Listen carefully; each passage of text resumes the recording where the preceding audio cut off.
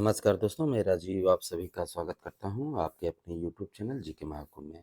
दोस्तों, library science ये जो हमारी सीरीज चल रही है ऑब्जेक्टिव, इसमें जो है हम लोग आधे घंटे की सीरीज में इम्पोर्टेंट क्वेश्चनों को देखेंगे। तो जो भी प्रश्न आपको लगे कि इम्पोर्टेंट्स है, अगर आपको आता है तो बहुत अच्छी बात है, अगर नहीं आता है तो पेन और कॉपी लेकर बैठिए और मैं आपको इसके बारे में पूरी डिटेल भी साथ साथ जो है देता रहूँगा। तो चलिए देखते हैं आज के इम्पोर्टेंट क्वेश्चनों को। पसंद आए तो जो है चैनल को ज़रूर लाइक सब्सक्राइब कीजिएगा। तो आज का हमारा पहला प्रश्न है कि हमने जो है 65 तक के प्रश्नों को देख रखा है। आज जो है इसके आगे के प्रश्नों को देखेंगे। तो हमारा पहला प्रश्न करा है कि डेटाबेस में शब्दावली किसके द्वारा जो है नियंत्रित की जाती है? डेटाबेस में शब्दावली किसके द्वारा नियंत्रित की जाती है? ऑप्शन हमारे हैं thesaurus files, dictionary file, standard file या अथॉरिटी फाइल। इसको थोड़ा सा छोटा कर लिया जाए तब जो है आराम से इसमें आ जाएगा। तो इसमें जो है स्टैंडर्ड्स फाइल जो होती है और जो है अथॉरिटीज फाइल जो होती है, इसके अकॉर्डिंग जो है की जाती है। तो इसके राइट आंसर की बात करें तो इसका राइट आंसर ऑप्शन बी जो है होगा। स्टैंडर्ड फाइल्स और जो है अथॉरिटीज फाइल के द्वारा जो है डेटाबेस में शब्दावली को जो है नियंत्रित किया जाता है, जबकि इसमें जो थिसोरस फाइल्स है, फाइल्स जो है समानार्थी शब्दों और वाक्यांशों का कोष, पर्याय कोष या पर्याय शब्द कोष होता है। और डिक्शनरी फाइल जो होती है एक पुस्तक जिसमें वर्णाक्रम यानी कि अल्फ़ाबेटिकल में जो है किसी भाषा के शब्द दिए होते हैं और ये उनके उसी भाषा या किसी अन्य भाषा के अर्थ दिए जाते हैं। ये दोनों शब्दावली को जो है नियंत्रित नहीं बल्कि बढ़ाते हैं। ठीक है? तो ये दोनों जो है होगा स्टैंडर्ड और अथॉरिटीज़ फाइल। ठीक है? अगला प्रश्न देखते हैं। अगला प्रश्न हमारा कह रहा है कि रिलेशन डेटाबेस के 12 नियमों को जो है किसने दिया? रिलेशन डेटाबेस के 12 नियमों को जो है किसने किए दिया? तो ईएफ कोड ने जो है दिया। और इसको जो है कब दिया, बात की जाए तो ये 1970 में दिया। रिलेशन डेटाबेस के 12 नियमों को जो है एक डिजिटल डेटाबेस ये है, जो है ये डिजिटल डेटाबेस है जो रिलेशन मॉडल के आंकड़ों पर आधारित है। रिलेशन डेटाबेस को जो है मेंटेन करने के लिए एक सॉफ्टवेयर प्रणाली का प्रयोग किया जाता है और यह जो है एक प्रबंधन प्रणाली है। ठीक है? आगे देखते हैं। अगला प्रश्न हमारा कह रहा है कि जो है एलआईएस के लिए निम्नलिखित में से कौन सा वेब संसाधन कंसोर्टिया विश्वविद्यालयों के शैक्षणिक ग्रंथालयों ने संकलित किया है? देखिए ऑप्शन को आप। तो मैं बात करूं एलआईएस के लिए जो है इन्फोर्मिन वेब संसाधन कंसोर्टिया जो है कैलिफोर्निया विश्वविद्यालय के शैक्षणिक ग्रंथालयों ने जो है संचालित किया है। और ये जो है एक सूचना संचार है। तो इसका राइट आंसर ऑप्शन ए है, इन्फो माइन है। ठीक है? आगे देखते हैं। इसमें अगर मैं बात करूं, एक ऑप्शन यहाँ पे दे रखा है कि इंटरनेट पब्लिक लाइब्रेरी। तो ये जो है एक गैर लाभकारी संस्था थी। और जो है इसका शॉर्ट नाम जो है आईपीएल है। आईपीएल है, जो अभी आईपीएल चल रहा है। ये आईपीएल आप मत समझिएगा, इंटरनेट पब्लिक लाइब्रेरी है। और आईपीएल आप लोग जो है खूब देख रहे हैं, तो इसकी भी तैयारी साथ में रखिए, आप देखिए आईपीएल। और आईपीएल की बात करूं तो ये 17 मार्च जो है, इसे नोट कर लीजिए आप, 17 मार्च 1995 को जो है खोला गया था। और जो है 1 जनवरी, नोट कर लीजिए, 1 जनवरी जो है 2010 को आईपीएल 2 बनने के लिए लाइब्रेरियन के इंटरनेट इंडेक्स में जो है विलय कर दिया गया था। और 30 जून, ध्यान दीजिएगा, 30 जून 30 जून, ठीक है, जून 2015 को इसे जो है पूरी तरीके से बंद भी कर दिया गया है। ठीक है? किसको? इंटरनेट पब्लिक लाइब्रेरी को। और इसमें जो दिया हुआ है एक ऑप्शन है इंटरनेट लाइब्रेरी फॉर लाइब्रेरियंस, ये ऑप्शन दिया हुआ है। ये 1994 से जो है लाइब्रेरियन के लिए एक लोकप्रिय सूचना संसाधन साइट है। कब से? 1994 से। आगे देखते हैं। अगला प्रश्न हमारा कह रहा है कि निम्नलिखित ग्रंथ सूचियों को उनके कालानुक्रमिक विकास के क्रम में व्यवस्थित कीजिए। इसे अब देखिए।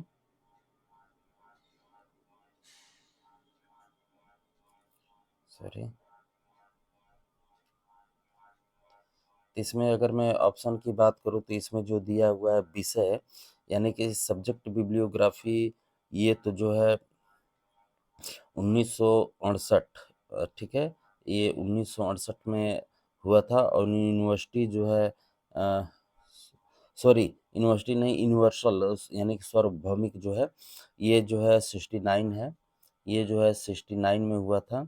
और ट्रेड जो है 92 में हुआ था। ये जो ट्रेड है ये 92 में हुआ था। और जो है बिब्लियोग्राफी जो दिया हुआ है ये तो मैं क्लियर जो है नहीं कर पाऊँगा। तो इस ऑप्शन को जो है समझिए कि न मान के चलिए। लेकिन जो ये 3 जो दिया हुआ है यानी कि सब्जेक्ट जो है सब्जेक्ट बिब्लियोग्राफी 1968, यूनिवर्सल बिब्लियोग्राफी जो है 69 और ट्रेड जो है 92, इसे आप नोट कर लीजिए। इसमें जो है कोड दिया हुआ है, तो कोड जो है इसमें रॉन्ग दिया हुआ है, ठीक है। यहाँ पे मैंने लिख दिया है, इसीलिए अ, इसका आंसर जो है मैंने बनाया है, ऑप्शन डी बनाया है। डी इसलिए बनाया है कि बिब्लियोग्राफी को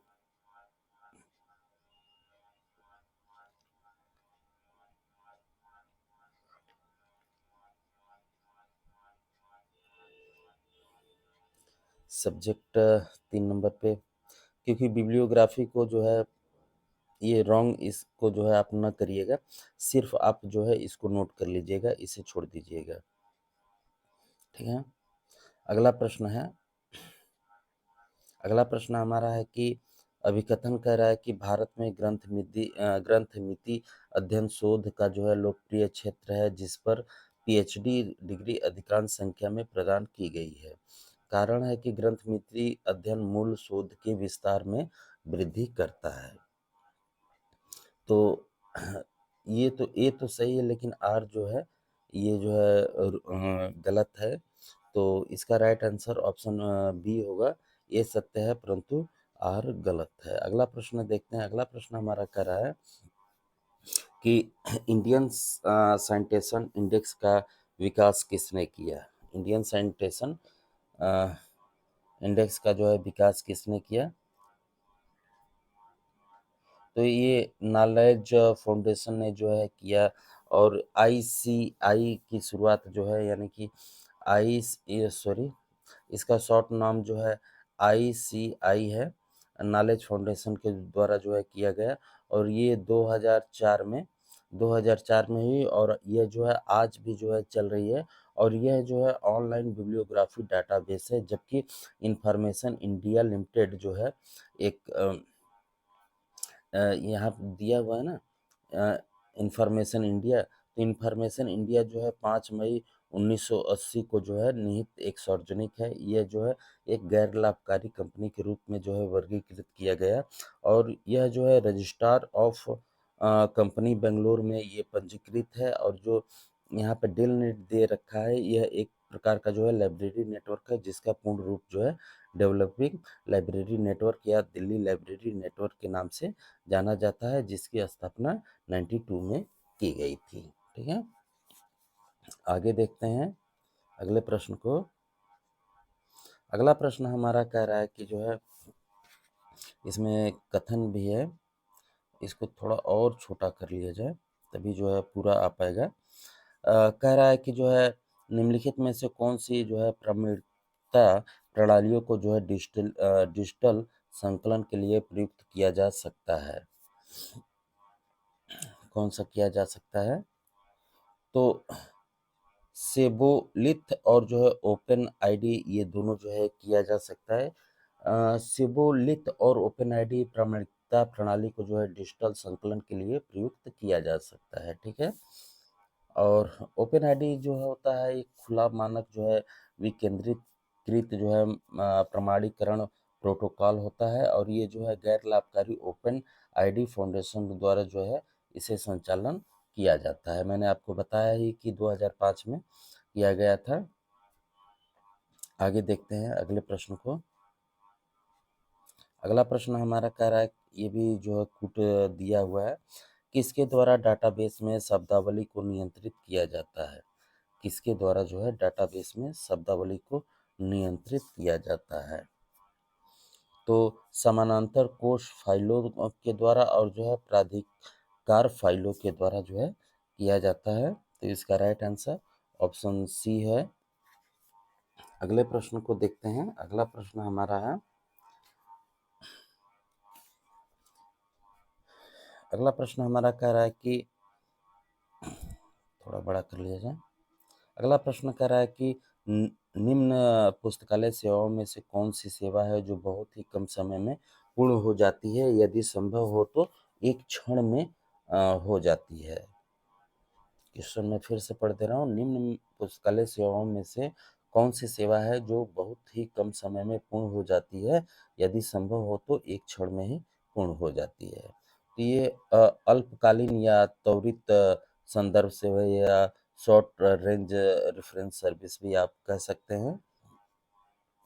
तो इसका राइट आंसर ऑप्शन सी होगा, ठीक है। अगला प्रश्न देखते हैं। अगला प्रश्न हमारा है कि उपभोक्ता को आवश्यक जानकारी या डाटाबेस के उपयुक्त स्रोत तक पहुंचने वाली सेवा को कहा जाता है। जिसे संदर्भ सेवा जो है कहा जाता है। संदर्भ सेवा उपभोक्ता जो होता है उसको आवश्यक जानकारी या डाटा प्राप्ति के उपयुक्त स्रोत तक पहुंचाने वाली सेवा संदर्भ सेवा कहते हैं, ठीक है।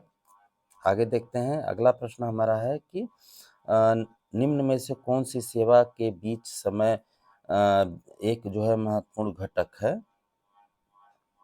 तो प्रस्तुत संदर्भ सेवा और जो है दीर्घकालीन संदर्भ सेवा जो है, डॉक्टर रंगनाथन ने जो है कहा है कि व्यक्तिगत सेवा के माध्यम से उपयुक्त या पुस्तक के बीच उपयुक्त समय पर संपर्क स्थापित करना ही संदर्भ सेवा कहलाती है। और जो है संदर्भ सेवा जो है दो प्रकार की होती है। त्वरित, त्वरित क्या होता है? तो त्वरित वह सेवा जिसे कम से कम समय में संपन्न किया जा सके, यदि संभव हो तो क्षण में, यानी कि कुछ ही क्षण में उसे पूरा किया जा सके। एग्जाम्पल के रूप में जैसे भारत का प्रधानमंत्री कौन है? तो अभी चुनाव चल रहा है, तो उससे कोई फर्क नहीं है, रहेंगे तो मोदी ही, चुनाव के बाद जो भी हो। तो ये कुछ समय में जो है प्रोवाइड की जाने वाली सेवा होती है, ठीक है। संदर्भ की संकल्पना में जो है समयावधि पर निर्भर करता है, यानी कि अधिक से अधिक जो है आप इसे 30 मिनट के अंदर प्रोवाइड कराने की पूरी कोशिश कीजिए, जो संभवतः कम से कम समय में पूरी हो पाए। इस सेवा का उत्तर प्रदान करने के लिए हम किसका किसका उपयोग कर सकते हैं? तो शब्दकोश का, विश्वकोश का, वार्षिकी का, जीवनी कोश का आदि का उपयोग कर सकते हैं। और जो दीर्घकालीन सेवा इसमें दी हुई है, तो यह जो है वह सेवा होती है जो पाठक द्वारा पूछी गई एक पृष्ठा पर जो है उत्तर देने में ज़्यादा समय लगता है। इस सेवा को प्रदान करने में जो है आधे घंटे से लेकर पूरा दिया गया 1 सप्ताह तक का समय भी लग सकता है। अतः पाठक जब तक संतुष्ट न हो तब तक उससे संपर्क बनाए रखना चाहिए। समझ गए आप? इसमें ज़रूरी नहीं है कि 1 सप्ताह का ही समय लगे, लेकिन कोशिश करनी चाहिए कि इसे 30 मिनट से लेके 1 सप्ताह तक का के अंदर जो है इसे पूरा कर दिया जाए, ठीक है। आगे देखते हैं। अगला प्रश्न हमारा है, उस रेडी रेफरेंस स्रोत को क्या कहा जाता है जिसे किसी भी व्यवसाय, कला या अध्ययन में मार्गदर्शन के लिए संदर्भित किया जा सके? बताइए, ऑप्शन देखिए इसे।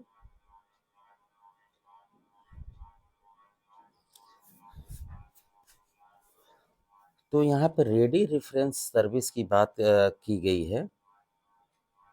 तो इसमें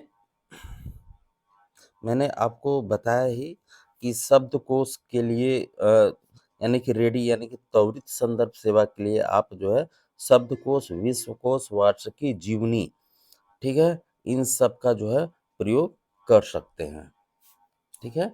यानी कि source of ready reference service को dictionary, handbook, canons report, yearbook, annuals, bibliographics, gazetteer, atlas and encyclopaedia का आप प्रयोग कर सकते हैं। तो इसका राइट आंसर इसमें जो दे रखा है, ये कई इसमें जो है सही हैं, तो ये राइट आंसर नहीं होगा, क्योंकि आप यहाँ पे देखेंगे मैंने आपको बताया ही कि हैंडबुक का प्रयोग मैंने आपको बताया। साथ ही क्या बताया? ईयर बुक, ये है ईयर बुक का बताया। दूसरी बात क्या बताया? तो ये जो है सॉरी एनुअल्स, ठीक है? ये भी है। तो ये जो है ये 3 राइट आंसर है इसमें, ठीक है? तो ये इसका राइट आंसर कुछ भी नहीं होगा, ठीक है? आगे देखते हैं। बीच-बीच में ऐसे क्वेश्चंस मैंने इसलिए आपके लिए डाले हैं ताकि आप श्योर हो जाएँ कि आपको करना क्या है, ठीक है? आप कन्फर्म रहें, गलत आंसर का चयन न करें। अगला प्रश्न हमारा है, यह किसका कथन है कि संदर्भ सेवा पाठक एवं उसके प्रलेख के मध्य व्यक्तिगत रूप से संपर्क स्थापित करने की प्रक्रिया है? तो अभी थोड़ी देर पहले ही हमने आपको कहा कि रंगनाथन महोदय का हमने आपसे नाम लिया। हमने कहा कि रंगनाथन ने कहा कि व्यक्तिगत सेवा के माध्यम से उपयुक्त या पुस्तक यानी कि उपभोक्ता या पुस्तक के बीच से उपयुक्त समय पर संपर्क स्थापित करने वाली सेवा संदर्भ सेवा कहलाती है, ठीक है? और जो है तो ये तो हो गया रंगनाथन ने कहा है, और इसके बारे में कुछ स्टेटमेंट्स और भी दिए गए हैं। तो क्या कहा गया है? एक स्टेटमेंट एबी अ, एबी कोरेगर ने दिया है, मुझे ठीक से याद नहीं है, लेकिन जो है मैं बताऊँ आपको। एबी एबी जो है कोरेगर ने कहा है कि संदर्भ सेवा पुस्तकालय के संसाधनों के उपयोग में सहायता करती है, ठीक है? जेम्स आई वायर ने क्या कहा है? जेम्स आई वायर ने कहा है कि संदर्भ सेवा पुस्तकालय प्रशासन का वह हिस्सा है जो पाठकों को पुस्तकालय के संसाधनों के उनके उपयोग में दी जाने वाली सहायता से संबंधित है, ठीक है? ये कहा है जेम्स आई वायर ने। क्या कहा है? मैं फिर से बोल दे रहा हूँ। संदर्भ सेवा पुस्तकालय प्रशासन का वह हिस्सा है जो पाठकों को पुस्तकालय के संसाधनों के उनके उपयोग में दी जाने वाली सहायता से संबंधित है। और मार्गरेट हटचिंस ने जो है कहा है कि संदर्भ सेवा में किसी भी उद्देश्य की जानकारी की तलाश में एक पुस्तकालय के भीतर प्रत्यक्ष व्यक्तिगत सहायता और विभिन्न पुस्तकालय गतिविधियों में विशेष रूप से संभव जानकारी उपलब्ध कराने के उद्देश्य से शामिल हैं, ठीक है? और सैमुअल स्टोन्स ने जो है क्या कहा है कि संदर्भ सेवा की जानकारी के अनुसरण में व्यक्तिगत पाठक को पुस्तकालय द्वारा दी गई व्यक्तिगत सहायता ही संदर्भ सेवा है। तो ये संदर्भ सेवा के स्टेटमेंट्स हैं, आप इसे जरूर नोट कर लीजिएगा, ठीक है? आगे देखते हैं। तो इसका राइट आंसर मैंने बता ही दिया कि ऐसा रंगनाथन है, ठीक है? अगला प्रश्न हमारा है कि डिजिटल संदर्भ सेवा दोस्तों थोड़ी गले में प्रॉब्लम है। अगला प्रश्न है कि डिजिटल संदर्भ सेवा जो है किसके द्वारा प्रदान की जा सकती है? तो डिजिटल संदर्भ सेवा जो है आस्क योर लाइब्रेरियन के द्वारा जो है प्रदान की जा सकती है। तो डिजिटल संदर्भ सेवा पुस्तकालय अध्यक्ष या कंप्यूटर आधारित उपयोक्ताओं को दी जाने वाली व्यक्तिगत सहायता है। इसमें विभिन्न मीडिया का जो है उपयोग किया जाता है, जिससे ईमेल हो गया, वेब फॉर्म हो गया, वीडियो चैट वगैरह वगैरह, ये सारी चीजें हो गई। आगे देखते हैं, अगला प्रश्न हमारा कह रहा है कि वेब फॉर्म का प्रयोग किसमें किया जाता है? वेब फॉर्म का प्रयोग किसमें किया जाता है? तो ये जो है असहकालीन आभासी संदर्भ सेवा है, ठीक है? इसमें जो है वेब फॉर्म का प्रयोग किया जाता है। वेब फॉर्म का जो है अर्थ होता है कि कोई भी सूचना वेबसाइट के माध्यम से ईमेल किया जाए या टेक्स्ट के द्वारा प्राप्त हो, उसे वेब फॉर्म कहा जाता है, ठीक है? वेब फॉर्म क्या हो गया? ये तो क्लियर हो गया होगा। आगे देखते हैं, अगला प्रश्न सॉरी अगला प्रश्न हमारा है आपने आंसर देख ही लिया है, तो फिर भी मैं पढ़ दे रहा हूँ। संदर्भ सेवा की अवधारणा जो है किसने दी है? तो संदर्भ सेवा की अवधारणा जो है सैमुअल स्वीट ग्रीन के द्वारा जो है दी गई थी। अगर क्वेश्चन आपसे पूछ ले कि कब दी गई थी, तो ये 1876 में सैमुअल स्वीट ग्रीन के द्वारा व्यक्तिगत सेवा के रूप में किया गया था। संदर्भ सेवा की परिभाषा जो है रंगनाथन की मैंने आपको बता ही दिया है।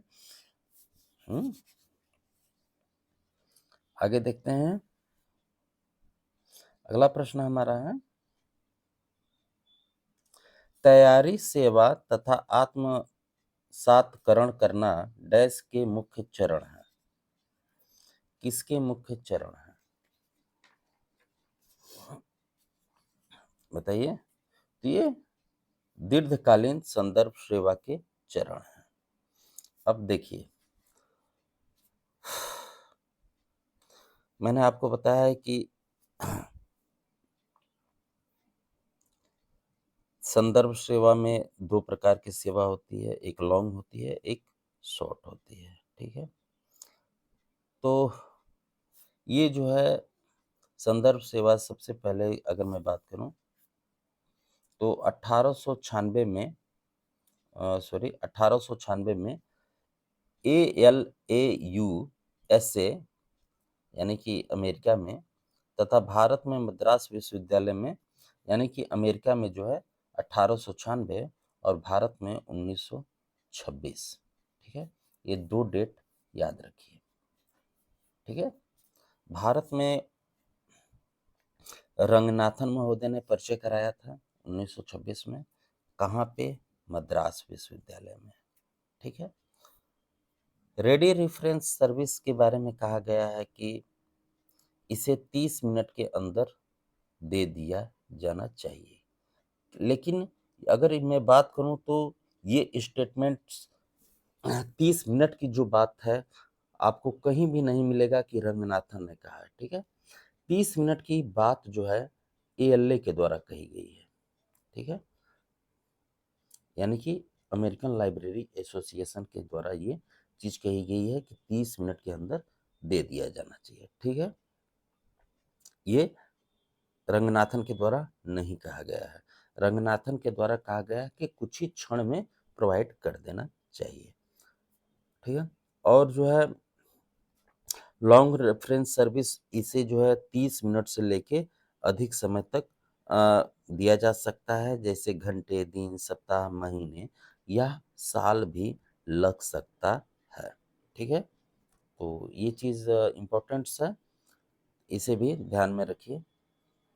अगला प्रश्न हमारा है कि निम्न में से संदर्भ सेवा के कौन से सिद्धांत ने बताया कि सहायता केवल मार्गदर्शन तक सीमित नहीं होनी चाहिए? नहीं होनी चाहिए, नहीं, सीमित होनी चाहिए, सॉरी, सीमित होनी चाहिए।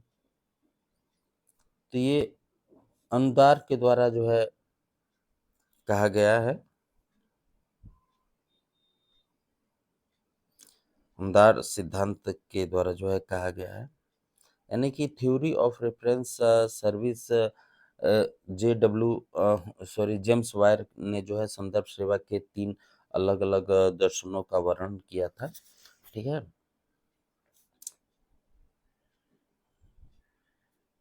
आगे देखते हैं, अगला प्रश्न हमारा है, मोबाइल लाइब्रेरी किस तरह की सेवा है? मोबाइल लाइब्रेरी किस तरह की सेवा है? तो ये संदर्भ सेवा है, ठीक है? रंगनाथन ने जो है लाइब्रेरी ऑन व्हील्स शब्द का जो है प्रयोग किया है और लाइब्रेरी ऑन व्हील्स का प्रयोग जो है बार-बार क्वेश्चन में आता है। कहीं पे लिब्रा सीन दे देगा, कहीं लिब्रा दे देगा, कहीं लाइब्रेरी ऑन व्हील दे देगा, तो लाइब्रेरी ऑन व्हील का प्रयोग पुस्तकालय के लिए किया है। सर्वप्रथम मोबाइल पुस्तकालय का सूत्रपात जो है अमेरिका में हुआ था, ये भी याद रखिए, भारत में नहीं हुआ था। अगर भारत में बात की जाए तो ये मन्नार मुट्ठी में किया गया था। और मोबाइल पुस्तकालय एक प्रकार की विस्तार सेवा है। भारत में जो है तमिलनाडु में सर्वप्रथम मोबाइल लाइब्रेरी का इस्तेमाल किया गया था। यह यूजर को उसके स्थान पर अपनी सर्विस प्रोवाइड कराता है। ठीक है, अगला प्रश्न देखते हैं। अगला प्रश्न हमारा है संदर्भ सेवा है। संदर्भ सेवा क्या है? तो संदर्भ सेवा जो है प्रयोक्ता से सीधे सूचना के स्रोत तक है। मैंने आपको बताया ही अभी। आगे देखते हैं, अगला प्रश्न हमारा है कौन सा संदर्भ सेवा स्रोत तत्काल संदर्भ हेतु प्रयुक्त नहीं होता है? नहीं होता है। तो इसमें जो है ऑप्शन सी दिया हुआ है, ए पत्रिका, ये नहीं है। ठीक है, बाकी ये तीनों हैं। इसमें आप नोट करना चाहें तो रेफरेंस सोर्स में, रेडी रेफरेंस सोर्स में जो है आप नोट कर सकते हैं। डिक्शनरी है, बिब्लियोग्राफिक्स है, एटलस है, बिब्लियोग्राफी है, dictionary, handbook, yearbook, annuls, gazetteer, encyclopedia इत्यादि हैं। आगे देखते हैं, अगला प्रश्न हमारा है संदर्भ सेवा के रूढ़िवादी, संयत मार्गी और उदारवादी सिद्धांत किसके द्वारा दिए गए? किसके द्वारा दिए गए? तो जेम्स आई वायर के द्वारा जो है दिया गया था। ऑप्शन इसका बी है। और जेम्स आई वायर का जन्म जो है अमेरिका में हुआ था। 14 मई 14 मई सॉरी 1869 को हुआ था अमेरिका में। और ये जो है अमेरिकन लाइब्रेरियन और शिक्षक दोनों थे। जैसे रंगनाथन गणितज्ञ और जो है लाइब्रेरियन दोनों थे, उसी तरीके से। अगला प्रश्न देखते हैं। अगला प्रश्न हमारा है कि व्यक्तिगत सेवा द्वारा पाठक तथा पुस्तक के मध्य संबंध स्थापित करने को संदर्भ सेवा कहते हैं। यह कथन किसका है? तो रंगनाथन महोदय का ही है। ये चीज मैंने बता ही दिया है। अगला प्रश्न हमारा है कि माउंट एवरेस्ट की ऊंचाई क्या है? यह प्रश्न निम्नलिखित में से संदर्भित है। तो आपको पता है कि ये जो है तुरंत प्रोवाइड करने वाली सेवा है, तो तत्काल संदर्भ सेवा है। और जो है कोई क्वेश्चन पूछ दे कि माउंट एवरेस्ट की ऊंचाई कितनी है, तो 8,848 है। 8,848 है। तो ये तुरंत जो है प्रोवाइड की जाने वाली सेवा में आएगा। अगला प्रश्न हमारा है व्यापक संदर्भ सेवा के कितने मुख्य आधार हैं? व्यापक संदर्भ सेवा के कितने मुख्य आधार हैं?